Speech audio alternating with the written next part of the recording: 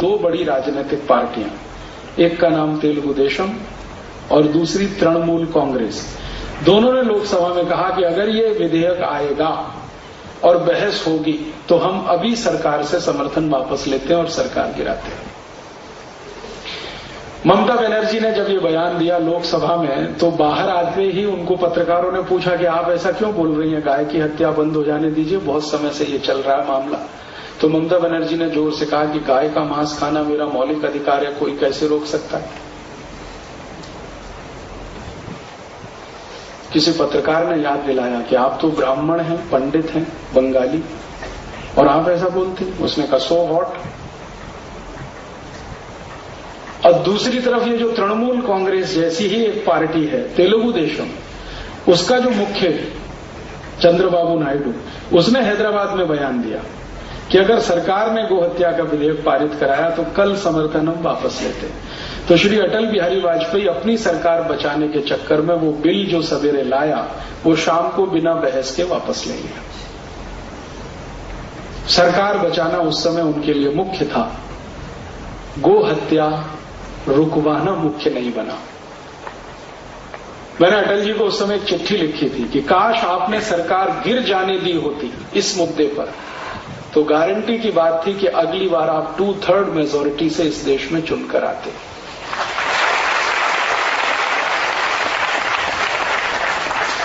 क्योंकि गो हत्या का विषय भारत के 80 करोड़ लोगों का, 85 करोड़ लोगों का हृदय का मामला है, हृदय से जुड़ा हुआ विषय। लेकिन वो इतनी दूरदर्शिता नहीं दिखा पाए और वो सरकार भी गई और गो हत्या तो खैर आज तक हो ही रही है।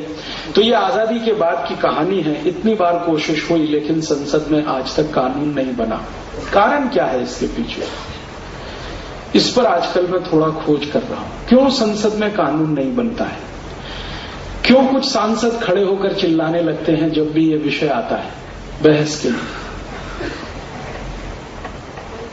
हमारे भारत में राजनीतिक दलों में ऐसे कई नेता हैं, ये बात कहने के लिए आप मुझे माफ करेंगे, हमारे राजनीतिक दलों में ऐसे कई नेता हैं जो गाय का मांस बेचकर अपना धंधा चला रहे हैं। कई नेता हैं ऐसे। और इस हिंदुस्तान में 3600 जो कत्ल खाने चल रहे हैं रजिस्टर्ड, उनमें से 50 से 60% कत्ल खाने राजनीतिक नेताओं के हैं जिनकी पूंजी से ये काम चल रहा है।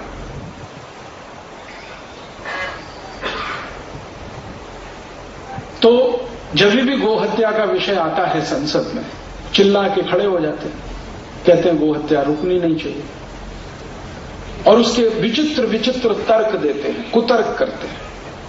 जैसे कुतर्क करते हैं, महाराष्ट्र के भी कई नेता हैं, वो बहुत कुतर्क करते हैं। उनमें से एक नेता तो वर्तमान में कृषि मंत्री हैं। उन्होंने एक बार कुतर्क किया कि गाय की हत्या अगर हमने रोक दी तो गाय की संख्या इतनी बढ़ जाएगी, उनको रखेंगे कहां? ये बयान श्री शरद पवार ने दिया और मुंबई में दिया, प्रेस कॉन्फ्रेंस में दिया। सौभाग्य की बात थी कि वो दिन मैं मुंबई में था जिस दिन उनका ये प्रेस कॉन्फ्रेंस में स्टेटमेंट आया। अगले दिन वो बयान की कॉपी लेके मैं चला गया मिलने उनसे। मैंने कहा कि आपने ये कहा है कि अगर गाय को हमने बचा लिया तो इनकी संख्या इतनी बढ़ जाएगी, इनको रखेंगे कहां?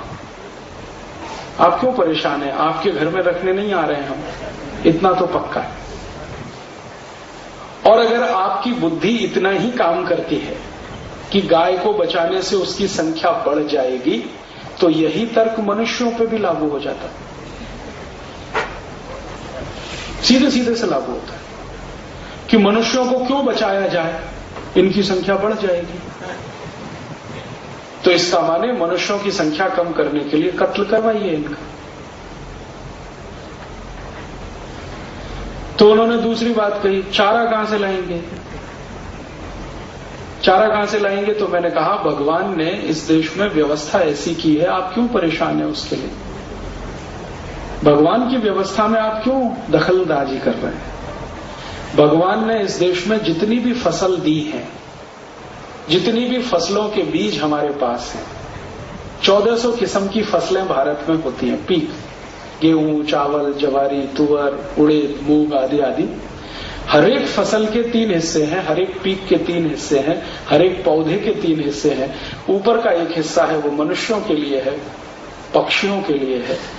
बीच का हिस्सा है वो सब पशुओं के लिए है, और अंत का जो जड़ वाला हिस्सा है वो धरती माता के लिए है। प्रकृति की बनाई हुई व्यवस्था है, इसमें आप क्यों परेशान है कि चारा कहां से आए? हिंदुस्तान में 77 कोटि किसान खेती करते हैं, और 77 कोटि किसान में लगभग 7 कोटि किसान जवारी पैदा करते हैं। जवारी का बहुत थोड़ा सा हिस्सा मनुष्य के काम आता है। जवारी का पूरा पेड़ अगर आप गिने तो उसका मुश्किल से 10% हिस्सा जो ऊपर का होता है वो मनुष्य के काम का है। बाकी का 70 से 75% हिस्सा वो गाय के काम का है, भैंस के काम का है, पशु के काम का है। तो चारे की कमी कहां से आई? गेहूं की फसल देख लो, गेहूं की फसल का मुश्किल से 10% हिस्सा मनुष्य के काम का है, बाकी 70-80% गाय के भैंस के काम का है। तो चारे की समस्या कहां से आई? गेहूं पैदा हो रहा है, जवारी पैदा हो रही। चावल की फसल का बहुत छोटा सा हिस्सा मनुष्य के काम का है, बाकी जानवरों के काम का है। तो चारे की कहां कमी है इस देश में? आप क्यों परेशान हैं? फिर उनका तीसरा कुतर्क, गाय बूढ़ी हो जाती है तो क्यों पालना? तो मैंने कहा आई भी बूढ़ी हो जाती है, उसको क्यों पालना?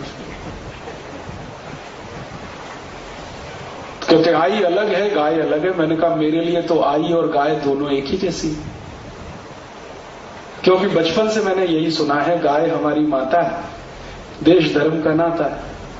तो मेरे लिए तो आई और गाय दोनों शरीक ही है। तो गाय बूढ़ी हो गई इसलिए कत्ल होनी चाहिए, तो आई भी बूढ़ी हो गई इसलिए कत्ल होनी चाहिए। फिर आखिरी कुतर्क कि दूध नहीं देती है, फोगट में क्यों खिलाने का उसको? तो मैंने कहा दूध तो आई भी नहीं देती है थोड़े दिन के बाद। हमारी आई हमको जास्ती से जास्ती 1 साल दूध पिलाती है, और ये गौ माता तो जीवन पर्यंत दूध पिलाती है। इसका स्थान तो आई से भी ऊंचा है। तो उसके बाद उन्होंने कहा आपसे बात करना बेकार है। मैंने कहा मुझे भी आपसे बात करना बेकार लगता है। जो आदमी को इतना नहीं समझता कि गाय को भारत में घासचारे की कमी नहीं है, और गाय बूढ़ी हो गई तो बेच देनी चाहिए, कत्ल हो जाना चाहिए, ये तो बहुत खतरनाक मानसिकता है। इससे अच्छे तो अंग्रेज थे, क्योंकि वो खुलकर कहते थे कि हम तो गाय काटते हैं हमारे भोजन के लिए। ये तो काले अंग्रेज उनसे ज्यादा खतरनाक है, जो भारत और भारतीयता का लबादा ओढ़े हुए हैं और दिमाग में पूरी अंग्रेजियत भरी हुई है। और मैं आपको एक और बात कहना चाहता हूं कि ये जो कुतर्क हैं, ये सिर्फ शरद पवार का मैंने नाम इसलिए ले लिया कि वो प्रतीक व्यक्ति है, वरना ये कुतर्क हिंदुस्तान के बहुत सारे पढ़े लिखे लोगों के कुतर्क बन चुके हैं। और खासकर ऐसे पढ़े लिखे लोग जिनको थोड़ी अंग्रेजियत की शिक्षा मिली है, कॉन्वेंट में पढ़े हैं, इंजीनियर डॉक्टर बने हैं, उनके भी ये कुतर्क बन चुके हैं। शरद पवार तो प्रतीक मात्र है, वहां कोई और भी हो सकता है जो इसी तरह की बात करे। ये कुतर्क आए कहां से, किसने डाले हैं हमारे देश के पढ़े लिखे लोगों के दिमाग में? कौन जिम्मेदार है इनके लिए? ये भी मैं समझने की कोशिश कर रहा हूं। तो पता चला कि ये कुतर्क भारत से नहीं, पश्चिम से आ रहे हैं, वेस्ट से आ रहे हैं। उनके फ्रेज हैं, उनके इडियम्स हैं जिनको हम इस्तेमाल कर रहे हैं। और इन्हीं कुतर्कों के आधार पर भारत में सरकार चलाने वाले लोग और सरकार चलाने के लिए मदद करने वाले अधिकारी दोनों मिलकर गाय की हत्या करवाने में लगे हुए हैं। और मैं आपको एक बहुत कड़ी बात कह रहा हूं, वो ये कि भारत का एक मंत्रालय है जिसका नाम है कृषि मंत्रालय। कृषि मंत्रालय के नीचे काम करने वाला एक मंत्रालय है पशुधन मंत्रालय। माफ करिए, ये पशुधन मंत्रालय नहीं है, पशु कत्ल मंत्रालय है। क्योंकि वहां से जितने भी नोटिस जारी होते हैं, जितने भी नियम कायदे बनते हैं, कानून बनते हैं, वो सब पशुओं के कत्ल के समर्थन में और पशु हत्या रोकने के विरोध में। ताजा उदाहरण, महाराष्ट्र में 6 लाख मुर्गियों को मार डाला। क्या तर्क है? एवियन फ्लू होगा। हुआ है किसी को? लगभग 15 दिन हो गए हैं। मैं पूरे भारत के कई हॉस्पिटल्स के साथ लगातार संपर्क में हूं कि आपके पास कोई एवियन फ्लू का केस आया हो तो बताइए। कहीं नहीं आया। फिर 6 लाख मुर्गियों को मार डाला। किस आधार पर? कि उनसे वायरस फैल सकता है। फैला तो नहीं, फैल सकता है, इसकी गारंटी क्या है? और भारत एक ऐसा अद्भुत देश है दुनिया में जहां कोई भी वायरस जल्दी से फैल नहीं सकता, क्योंकि सूर्य का प्रकाश इतना तीखा है, इतना तेज है कि सैकड़ों किस्म के वायरस तो ऐसे ही मर जाते। यूरोप में यह समस्या है कि वहां बहुत तेजी से वायरस फैलते हैं, क्योंकि साल में 9 महीने सूर्य का प्रकाश नहीं होता है। यूरोप के सभी देशों में आप जानते हैं 1 साल में 9 महीने सूर्य का दर्शन नहीं होता, और साल में 6 महीने तो -40 डिग्री सेंटीग्रेड तापमान होता है। तो इतने ठंड वाले इलाके में अगर कोई फ्लू फैले, वायरस फैले, बैक्टीरिया बने और वो मल्टीप्लाई करे तो समझ में आता है, क्योंकि उसको कंट्रोल करने की कोई व्यवस्था नहीं है। भारत जैसा तो देश दुनिया में अद्भुत है, जहां साल के 12 महीने सूर्य प्रकाश मिलता है, हर दिन सूर्य प्रकाश मिलता है, और आजकल का समय तो 38 डिग्री सेंटीग्रेड का है, जिसमें कोई वायरस पनपना ही बहुत मुश्किल है। और इसी कुतर्क के आधार पर 6 लाख मुर्गियों को मार डाला बेदर्दी के साथ।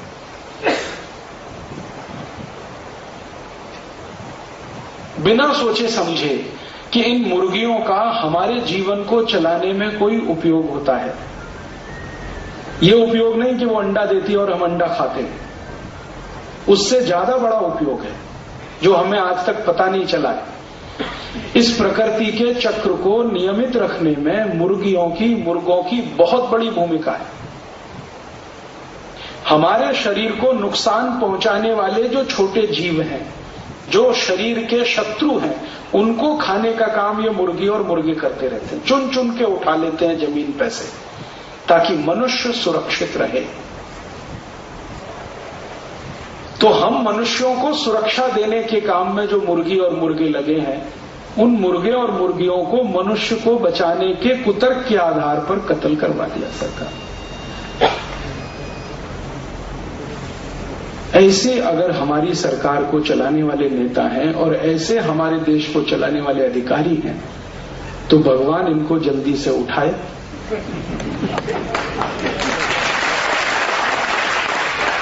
और इनको उसी गति में पहुंचाए जिस गति में 6 लाख मुर्गियां अभी पहुंचाई गई हैं। जल्दी से इनको उठाए, क्योंकि इनका बोझ अभी सहा नहीं जाता। ऐसे ऐसे कुतर्क जड़ते हैं और मूर्खता की परीक्षा देते हैं, पराकाष्ठा। कभी भी ऐसा कोई एक विचित्र कुतर्क आ जाएगा, कुत्तों को मारेंगे, हां कुत्तों को मारेंगे, और अभियान चला रखा है। कई म्युनिसिपल कॉरपोरेशंस ने बाकायदा अभियान चला रखा है, स्ट्रीट डॉग मारो उनको, स्ट्रीट डॉग मारो उनको, जिंदा मत रहने दो, खत्म कर दो। और इन मूर्खों को मालूम नहीं है कि कुत्ते आदमी के लिए कितने जरूरी हैं। कुत्तों की जरूरत आदमी को कितनी है, ये जॉर्ज बुश से पूछ लो, बता देगा आपको। आपको मालूम है जॉर्ज बुश को अपनी सुरक्षा का सबसे ज्यादा भरोसा कुत्तों पे ही है।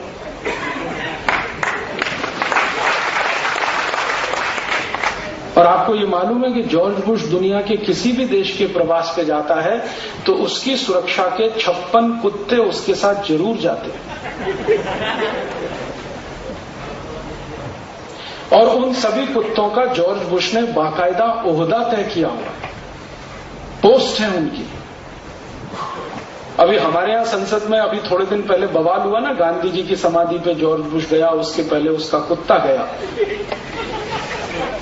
और उस कुत्ते ने पहले गांधी जी की समाधि का चक्कर लगाया, सूंघ सूंघ कर देखा। वो कुत्ता साधारण नहीं है, जॉर्ज बुश का सार्जेंट है।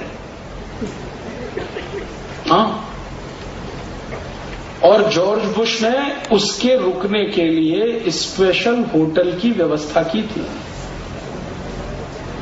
और पूरा एक होटल जॉर्ज बुश के 56 कुत्तों के लिए बुक था, दिल्ली का 56 कुत्तों के लिए पूरा होटल बुक था। और उस होटल के मालिक को कह दिया गया था कि ये आपको करना है।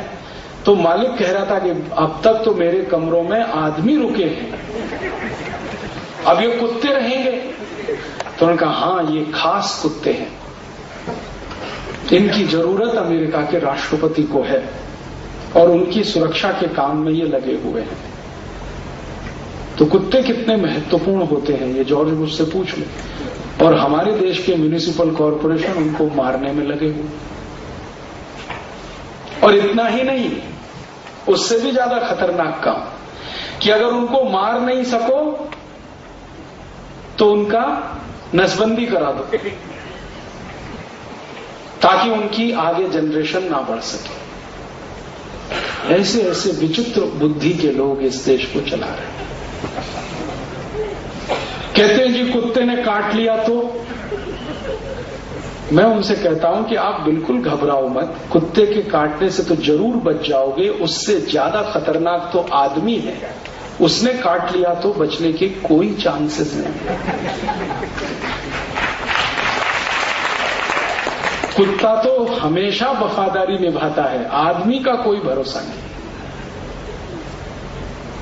और आपको अब मैं एक बहुत सीरियस बात बताने जा रहा हूं कि कुत्तों की क्या जरूरत है इस देश को, हमको। थोड़े दिन पहले सुनामी आया था, आपने सुना? और सुनामी आया तो मैं और मेरे कुछ दोस्त सहयोगी मिलकर सेवा कार्य करने के लिए अंडमान निकोबार गए थे। लगभग 1 महीने हमने वहां सेवा कार्य किया था। क्या सेवा कार्य किया था? वहां के लोग जो भयंकर सुनामी से पीड़ित थे, उनको स्ट्रेस बहुत था, मेंटल स्ट्रेस। और अक्सर ऐसे बड़े दुर्घटनाओं में स्ट्रेस होता है और उसकी दवा सबसे अच्छी होम्योपैथी में है। मैं थोड़ा होम्योपैथी जानता हूं, तो मेरे होम्योपैथी डॉक्टर दोस्तों को लेकर 1 महीने हमने वहां सेवा कार्य किया था। लगभग 3,500 मरीजों को होम्योपैथी की दवाएं देकर मेंटल स्ट्रेस से बाहर लाया था। तो उस समय मैं जितने भी गांव में गया अंडमान निकोबार के, हर गांव में मैं एक प्रश्न पूछता था लोगों से, कितने लोग मरे? तो किसी गांव में 100 लोग, किसी में 150, किसी में 50, किसी में 70, किसी में 75। एक गांव में तो पता चला 1,500 लोग मर गए। अच्छा, ये प्रश्न पूरा होने के बाद दूसरा प्रश्न मैं जानबूझ के पूछता था कि आपके गांव में कितने जानवर मरे? तो पता चला एक भी नहीं। कुत्ता मरा? नहीं मरा। गाय मरी? नहीं मरा। भैंस मरी? नहीं मरा। बंदर मरा? नहीं। कौन जानवर मरा? एक भी नहीं। अच्छा, पक्षी कितने मरे? एक भी नहीं। और मनुष्य कितने मर गए? 36,000। कैसे मर गए? तो इसका उत्तर मुझे गांव के एक सरपंच ने दिया। आपको मालूम नहीं, मनुष्य मूर्ख होता है। तो मैंने कहा इसका कहने का मतलब क्या है आपका? उन्होंने कहा मनुष्य महामूर्ख होता है, जानवरों को मनुष्य से ज्यादा अकल होती है। मैंने पूछा बता दीजिए, मुझे सिद्ध कर दीजिए। उन्होंने कहा मैं बताता हूं। वो सरपंच मुझे मिला अंडमान निकोबार के एक गांव में, उस गांव का नाम है बंबू फ्लैट। अंडमान निकोबार की जो राजधानी है, वहां से 60 मील नॉटिकल मील समुद्र में अंदर एक टापू है, टापू पर ये गांव। तो सरपंच ने कहा कि देखो मैं आपको बताता हूं, जब सुनामी आया उससे 2 दिन पहले मेरे कुत्ते को मालूम था कि सुनामी आ रहा है। जब सुनामी आया उससे 2 दिन पहले मेरी गाय को मालूम था सुनामी आ रहा है। जब सुनामी आया तो मेरी भैंस को मालूम था कि सुनामी आ रहा है। जब सुनामी आया तो मेरे घर के चूहों को, ऊंदर को मालूम था कि सुनामी आ रहा है। जब सुनामी आया तो बिल्ली को मालूम था कि सुनामी आ रहा है। जब सुनामी आया तो कीड़ी, चींटी, आंट्स को मालूम था कि सुनामी आ रहा है, लेकिन हम मूर्खों में से किसी को नहीं मालूम था कि सुनामी आ रहा है। कहा आपको मालूम है भारत सरकार ने अंतरिक्ष में कितने सैटेलाइट छोड़े हैं? उनकी संख्या धीरे धीरे अभी 56 हो गई है। हजारों करोड़ रुपए इन सैटेलाइट पे हर साल खर्च होता है, और उसमें से कुछ सैटेलाइट सिर्फ इस बात के लिए है कि वो समुद्र में होने वाली हर गतिविधि को ध्यान में रखें। तो सारे सैटेलाइट फेल हो गए, हजारों करोड़ रुपए वाले बता नहीं सके कि सुनामी आ रहा है। और हमारे घर के आसपास रहने वाले ये जानवर, कुत्ता, बिल्ली, बंदर, कीड़ी, चींटी, गाय, भैंस, इन सबको मालूम था 24 घंटे पहले, 48 घंटे पहले सुनामी आ रहा है। तो मैंने पूछा इनको कैसे मालूम था? तो सरपंच ने कहा कि देखिए बात यह है कि सुनामी जिस दिन आया उससे 2 दिन पहले मेरा कुत्ता भाग गया, गाय चली गई, भैंस चली गई। मैंने कस के पकड़ के गाय को रस्सी बांधी थी, रस्सी को तोड़ के चली गई। मेरे घर में एक बंदर था, वो भी चला गया। 2 दिन मुझे घर में चींटियां नहीं दिखाई दी जो रोज निकलती। ऊंदर नहीं आया, वो भी कहीं चले गए। बिल्ली नहीं आई, वो भी कहीं चले गए। तो मैं समझ गया कि जरूर कुछ गड़बड़ होने वाली है। तो वो सरपंच ने कहा कि मैं भी चला गया घर छोड़कर। तो मैं बच गया और मेरे घर में से कोई दूसरा नहीं बचा। तो सरपंच ने मुझे एक बात कही कि आप कहीं भी जाना, लोगों को बताना कि सुनामी में एक भी जानवर नहीं मरा, मनुष्य 36,000 मरे। इसका माने मनुष्य की अकल कम है, जानवरों की उससे ज्यादा है। इन जानवरों को ईश्वर का दिया हुआ कोई वरदान है या सिक्स्थ सेंस है जिससे ये पता कर लेते हैं। और जानवरों में सबसे पहले पता जिसको होता है वो ये कुत्ता ही होता है। और हमारे मूर्ख महानगर पालिका के अधिकारी इन्हीं कुत्तों को मारने में लगे हुए हैं गांव का। कल्पना करो सब कुत्ते खत्म हो गए तो दोबारा सुनामी आएगा तो बताने वाला कोई नहीं होगा। हम इन जानवरों को कमतर समझते हैं। तब मेरी उसकी आखिरी जो संवाद हुई सरपंच की, तो वो बहुत ही मजेदार थी। सरपंच ने कहा कि आप सब शहर वाले गाली देते हैं कि तू कुत्ता है, आप शहर वाले गाली देते हैं तू गधा है, आप शहर वाले गाली देते हैं कि तेरी बुद्धि भैंस की है। आगे से नहीं कहना, ये आगे से कहना तू आदमी है, तुझको अकल नहीं है, समझता नहीं है। और जितना ज्ञान उस सरपंच ने मुझे दिया, मैं अभिभूत हो गया उससे। मैंने चलते चलते सरपंच को पूछा, भाई तुमको ये ज्ञान कहां से मिला? तो उसने कहा कि ये ज्ञान हर एक व्यक्ति को मिल सकता है अगर आंखें खुली रखे, कान खुले रखे। तो ये परिस्थिति जो पूरी हमारी है, पर्यावरण, इसमें ये ज्ञान भरा पड़ा है। मैंने पूछा थोड़ा दे दो मुझे भी, तो उसने कहा लिख लो और कभी भी टेस्ट कर लेना, फेल नहीं होगा। ये सैटेलाइट फेल हो जाएगा, ये फेल नहीं होगा। उसने मुझे कुछ ऐसी बातें बताई हैं जो आज तक मैं परीक्षण कर रहा हूं और सही सिद्ध हो रही। वो कहता है कि अगर चींटी, कीड़ी ज्यादा संख्या में बाहर निकले और खाना इकट्ठा करके ले जाने की कोशिश करे तो समझना बहुत ज्यादा बारिश होने वाली है, बाढ़ आने वाली है, फ्लड आने वाली है। और ये जो मुंबई में अभी थोड़े दिन पहले फ्लड आया ना, फ्लड आने से 2-3 दिन पहले मुंबई के बहुत घरों से ये जानकारी मैंने कंफर्म की और उन्होंने कहा बात आपकी बिल्कुल सही है। 2-3 दिन पहले ढेर सारी चींटियां निकली थी और सब खाना ले जाके इकट्ठा कर रही थी। चींटी का स्वभाव है कि वो कभी भी इकट्ठा नहीं करती कुछ भी, लेकिन इकट्ठा वो जब करती है तो समझना कोई बहुत बड़ी आपत्ति आने वाली है। मुंबई की फ्लड के बारे में सैटेलाइट फेल था, मौसम विभाग फेल था, सब फेल थे, लेकिन चींटी ने बराबर अपना हिसाब रखा। वो सरपंच ने कहा कि देखो कोयल अगर कभी घोंसला बनाए अपना तो समझना भयंकर बाढ़ आने वाली है। क्योंकि कोयल का स्वभाव है अपना घर नहीं बनाने का। वो कौए के घर में अपना अंडा देती है, लेकिन अपना घर बनाए तो समझ लो कोई बहुत बड़ी आफत आने वाली है। और उसने ऐसी मुझे 20 बातें बताई, बकरी के बारे में, भेड़ के बारे में, गाय के बारे में, कुत्तों के बारे में। और वो सब बातें पिछले कई महीने से मैं देख रहा हूं, जगह जगह एक एक सच निकल रही है। इसका माने इन जानवरों को हमसे ज्यादा सेंस है और इनकी प्रकृति की व्यवस्था को चलाने में बहुत बड़ा योगदान है। और हम हिंदुस्तानियों में सबसे पहले अगर किसी एक व्यक्ति को ये बात समझ में आई थी तो वो थे भगवान महावीर। उनको ये समझ में आ गया था। क्यों? 14 वर्ष की तपस्या उनकी जंगल में हुई थी और जंगल में इन्हीं जानवरों के साथ रहे थे, तो देख लिया उनका स्वभाव, समझ लिया उनका ज्ञान कितनी ऊंची है, उनके ज्ञान को परखने की शक्ति, ये सब समझ लिया। तो अहिंसा का दर्शन दे दिया कि देखो भाई, किसी जीव को मत मारो, क्योंकि तुम्हारे जिंदा रहने के लिए ये जीव का जिंदा रहना जरूरी है। तो अहिंसा का दर्शन उन्होंने दिया इसलिए कि जो जीव जगत है इसको चलाने में जीवों की जो भूमिका है वो उनको समझ में आ गई 14 साल में। वो आज तक हमको समझ में नहीं आई, और उनके समझ में आई तो उन्होंने अहिंसा का सिद्धांत दिया और जियो और जीने दो, ये बात को पूरी ताकत से कहा। अहिंसा का सिद्धांत महावीर स्वामी ने इसलिए नहीं दिया कि हम कमजोर हैं या दूसरे ताकतवर हैं, या दूसरे कमजोर हैं हम ताकतवर हैं।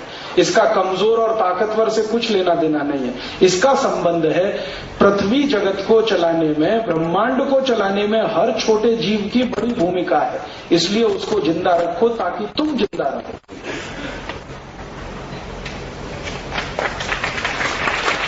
और ये बात महावीर स्वामी के बाद अगर किसी को समझ में आई तो वो गौतम बुद्ध थे।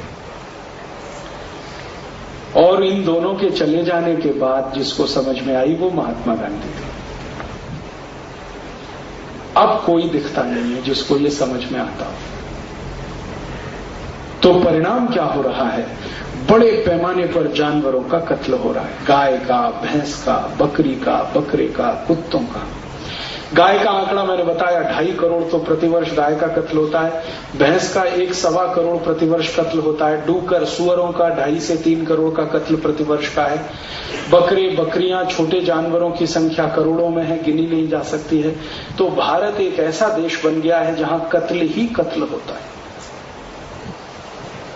और दुख मुझे इसी बात का है कि इसी भारत देश में महावीर स्वामी हुए, इसी भारत देश में महात्मा बुद्ध हुए, इसी भारत में गांधी हुए, इसी भारत में राम हुए, कृष्ण हुए। जिंदगी पर्यंत जिन्होंने अहिंसा हमको बताई और सिखाई, उसी भारत में इस समय सबसे ज्यादा हिंसा हो रही है। और जानवरों के प्रति तो कितनी क्रूरता हो रही है, आप उसकी कल्पना नहीं कर सकते। कभी अगर आपको अपनी आंखों से देखना हो कि कितनी क्रूरता होती है जानवरों के खिलाफ, तो आप कभी चले जाइए मुंबई में देवनार नाम का एक गांव है, वहां पर एक कत्ल खाना चलता है। कैसे कत्ल किया जाता है आप देख लीजिए अपनी आंखों से। आंध्र प्रदेश में मेदक नाम का एक जिला है, वहां पर एक और कत्ल खाना चलता है, अल कबीर, उसको देखाइए पता चलेगा। औरंगाबाद के आसपास कई कत्ल खाने चलते हैं, इनको देख लीजिए। जब मैं शहर में घुसता हूं तो इतनी तेज बदबू आती है, फिर पूछता हूं क्या है, तो पता चला जानवरों की हड्डियों को पीसने का कारखाना। औरंगाबाद के माथे पर कलंक जैसा। संपूर्ण भारत देश में जगह जगह जो कत्ल खाने चलते हैं, मैंने तो कई कत्ल खाने देखे हैं और उन पर वीडियो फिल्म बनाई है 20-25 मिनट। कितनी क्रूरता से काटा जाता है जानवरों को। गाय को काटने से पहले क्या करते हैं, 5-6 दिन भूखा रखते हैं और जहां से उसको भर के लाते हैं ट्रक में, वो ट्रक में कैपेसिटी होती है 3 या 4 गाय की, तो उसमें 200 गाय भर के लाते हैं। और ये ट्रक हर एक शहर और गांव से गुजरते चले जाते हैं पुलिस वालों की कृपा से। फिर पहुंच जाते हैं कत्ल खाने में। फिर क्या होता है, 5-6 दिन उनको और रखा जाता है भूखा, खाना नहीं खिलाया जाता तो अधमरी हो जाती है गाय। फिर क्या किया जाता है, गाय को पैरों से उल्टा बांधकर